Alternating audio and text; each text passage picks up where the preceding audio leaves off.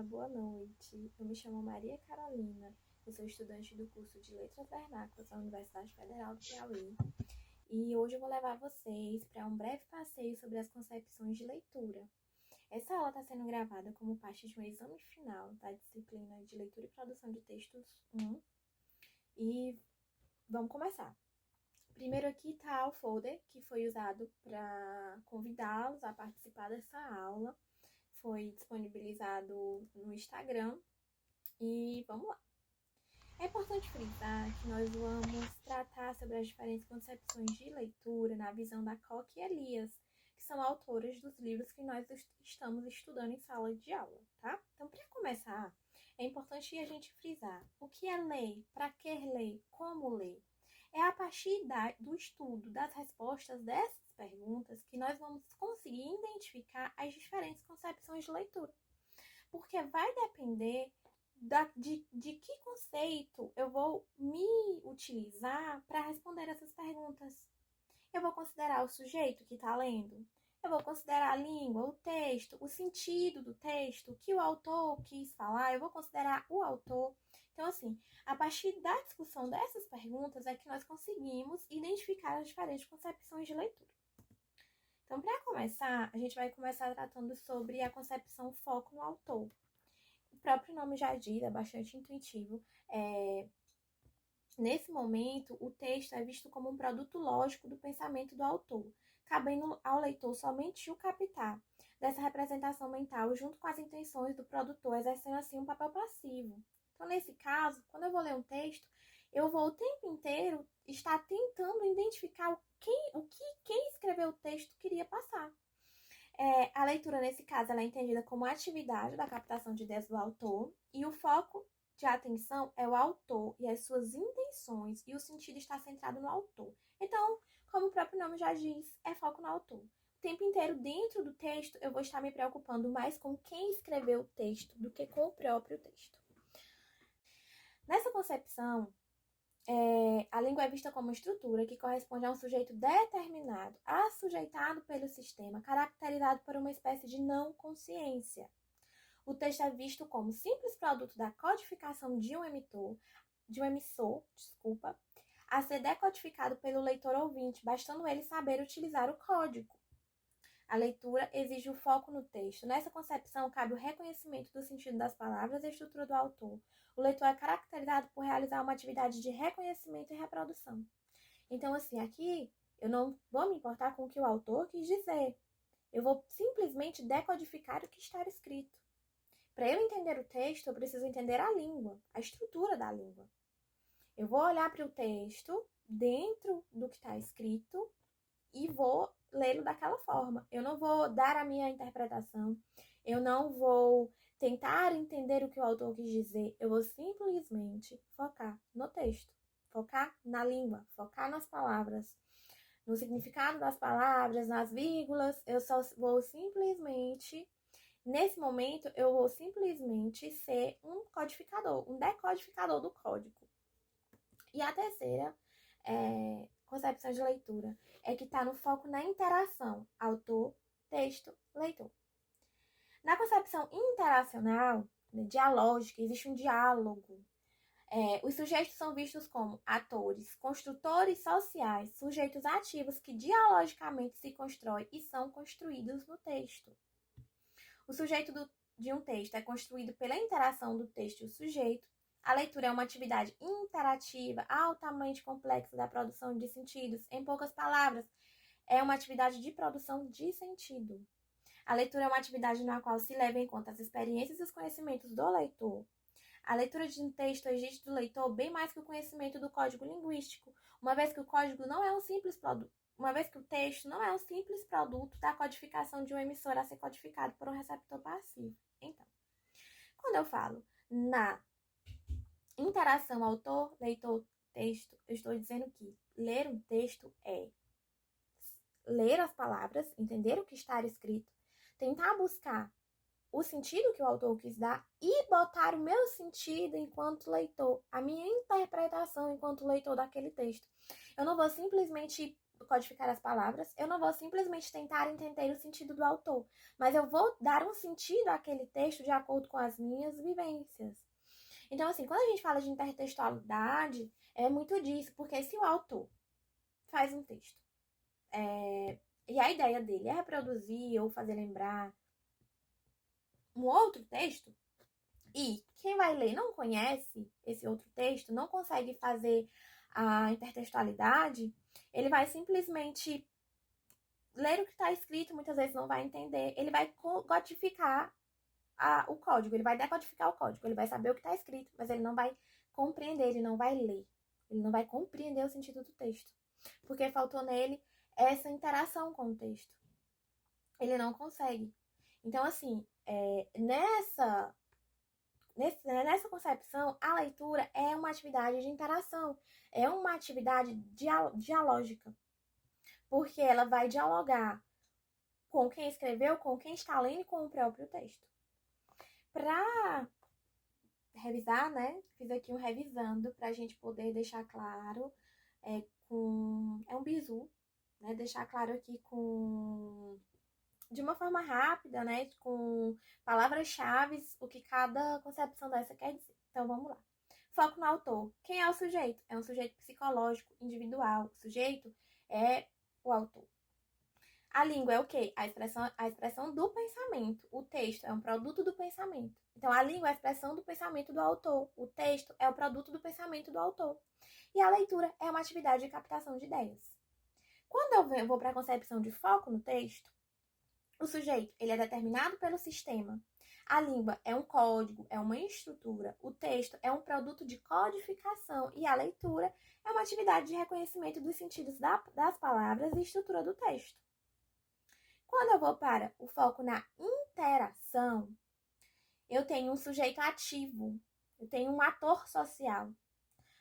A língua, nesse caso, ela é interacional, ela é dialógica. O texto, ele é construído na interação texto-sujeito.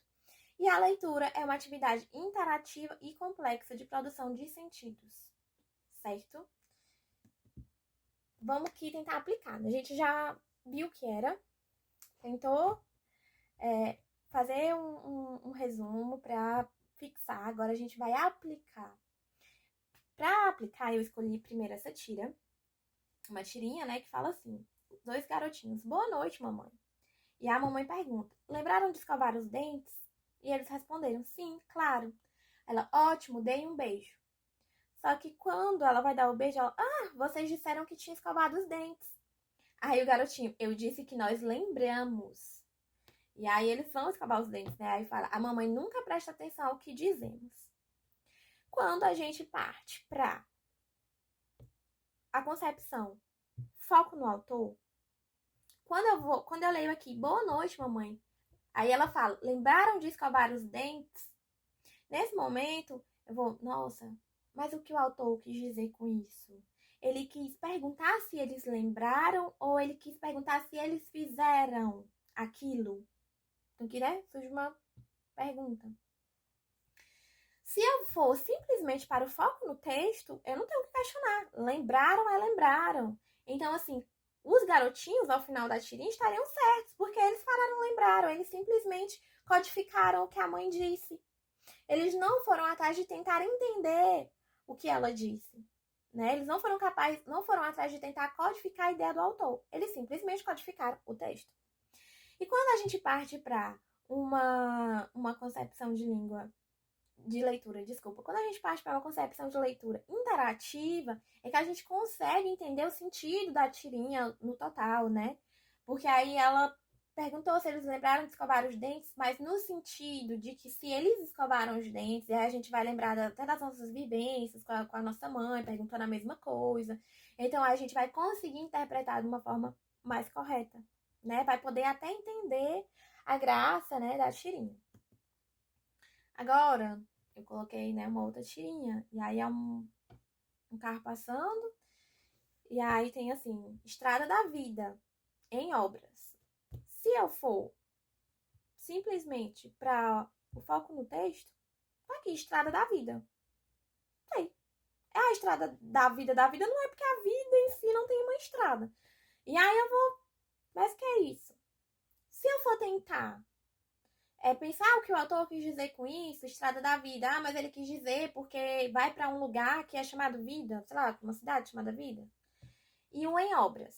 Agora, quando eu parto para a questão da interação entre o sujeito, o texto, eu vou conseguir interpretar isso aqui, né? Que eu acho que ele quer dizer que a estrada da vida está constantemente em obras, porque desde o momento que nós nascemos até o momento em que nós morremos, nós estamos o tempo inteiro em mudança, se aperfeiçoando, né? A gente, sei lá, é criança, aí não consegue falar, não sabe falar, e aí aprende a falar, vai para a escola o tempo inteiro ali em obras, né, dentro da estrada da vida. Mas se você não parte dessa concepção de interação, você não consegue entender o sentido da tirinha.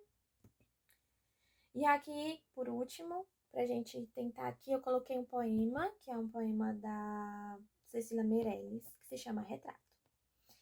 Aí ela começa: eu não tinha esse rosto de hoje, assim calmo, assim triste, assim magro, nem esses olhos tão vazios, nem o lábio amargo. Eu não tinha estas mãos sem forças, tão paradas e frias e mortas. Eu não tinha este coração, que nem se mostra. Eu não dei por esta mudança, tão simples, tão certa, tão fácil. Em que espelho ficou perdida a minha face? Se, ao ler esse poema, eu focar somente no texto, somente para ler o que está escrito aqui, eu vou pensar que é uma pessoa que está se olhando no espelho, não sei, está se achando feia, está se achando sem força. Se eu for tentar captar a ideia do autor, mas o que o autor, o que a Cecília estava sentindo quando escreveu isso, né? Esses olhos tão vazios, o que ela quis dizer com isso? O que é um olho vazio? Nem esse lábio tão amargo. O que é um lábio amargo? Porque se eu for focar só no texto, um lábio amargo é o quê? Porque a pessoa comeu alguma coisa amarga? Ficou com gosto amargo na boca? Para eu conseguir captar o sentido do poema, eu vou precisar me interar com esse texto. Eu vou precisar dar um sentido para esse texto. Eu vou me perguntar o que ela quis dizer, mas eu vou me perguntar o que eu entendo por aquilo. Então eu começo. Nem esses olhos tão vazios. Eu não tinha essas mãos sem forças, mas por que ela tá sem força? Será que ela tá morrendo? Ela tá falando da velhice? Eu não dei por esta mudança tão simples, tão certa, tão fácil. Então seria mesmo a velhice que realmente é tão certa, né? Quem está vivo vai envelhecer. É uma coisa da vida, imutável, né? Só quem não envelhece é quem morre. E ninguém quer morrer, né? Todo mundo quer ficar vivo. E aí ela, em que espelho ficou perdida a minha face? Mas ela tá falando de um espelho mesmo? Ela tá falando da face em si, dela, do rosto? Ou ela tá falando em que situação, em que momento ela se perdeu? Ou em que momento ela deixou de fazer algo que gostava? Em que momento ela envelheceu tanto que ela nem percebeu? Talvez por quê? Porque ela tava na rotina o tempo inteiro e não conseguia se desvincular. Então, assim, eu vou colocar as minhas experiências. E aí, assim, se for uma pessoa que tem esse olhar mais sensível, vai interpretar dessa forma. Se for um outro leitor que não tenha, talvez ele nem consiga compreender efetivamente o sentido do texto. Mas, sempre lembrando que para fazer uma leitura, eu vou precisar ter essa interação com o texto, né? Tentar encontrar o sentido do texto. Que para o final ficou uma pergunta. Qual concepção de leitura deve ser trabalhada na educação básica? E aí eu falo para vocês que aqui eu vou expressar a minha opinião, né? Longe de ser uma verdade absoluta. Mas, levando em consideração os exemplos que a gente leu aqui, os exemplos que eu apresentei para vocês, é que a gente percebe que eu deveria, né, enquanto professora, eu aplicaria essa concepção de leitura de interação. Porque eu quero criar, né, eu quero transformar os meus alunos em cidadãos críticos. Eu quero que eles leiam e eles interpretem. Às vezes, o autor nem quis dizer uma coisa, mas eu leio e aquilo me cai daquela forma, eu interpreto daquela forma às vezes, eu levo aquilo para a vida de uma coisa que nem foi o que o autor quis dizer, né? Mas, assim, eu preciso criar cidadãos críticos, né? Pessoas que consigam interpretar um problema matemático, por exemplo. Se eu não tenho uma leitura dialógica, como eu vou conseguir interpretar até um problema matemático, por exemplo? Se eu não vou conseguir efetivamente identificar como resolver aquilo, eu não vou colocar os meus conhecimentos em prática quando eu leio aquilo, fica difícil, né? Então, assim, para os meus alunos, com certeza partiria desse pressuposto de concepção de leitura interacional. Eu preciso que ele interaja com o texto, para que ele entenda o texto, para que ele seja crítico em relação aos textos, de um modo geral. Porque se eu focar só simplesmente no código, na língua, vai acontecer o que aconteceu na tirinha. A pessoa vai usar uma palavra, vai usar uma figura de linguagem, eu não vou conseguir interpretar, eu não vou saber o que é aquilo. Se eu focar somente no autor, eu vou ficar o tempo inteiro tentando buscar o que o outro quis dizer, mas não vou entender nada. Ficar o tempo inteiro buscando o pensamento do outro, mas não vou formar meu próprio pensamento. Então, assim, enquanto professora, com certeza partiria desse pressuposto, dentro da educação básica, de leitura como interação, né? Entre a interação autor, texto, leitor. No mais, obrigada porque vocês ficaram até aqui. Eu espero ajudá-los com essa aula. E agradecer mais uma vez a minha professora, né, que nos colocou esse trabalho, a professora Gorete Varão. E é isso, gente. Boa noite.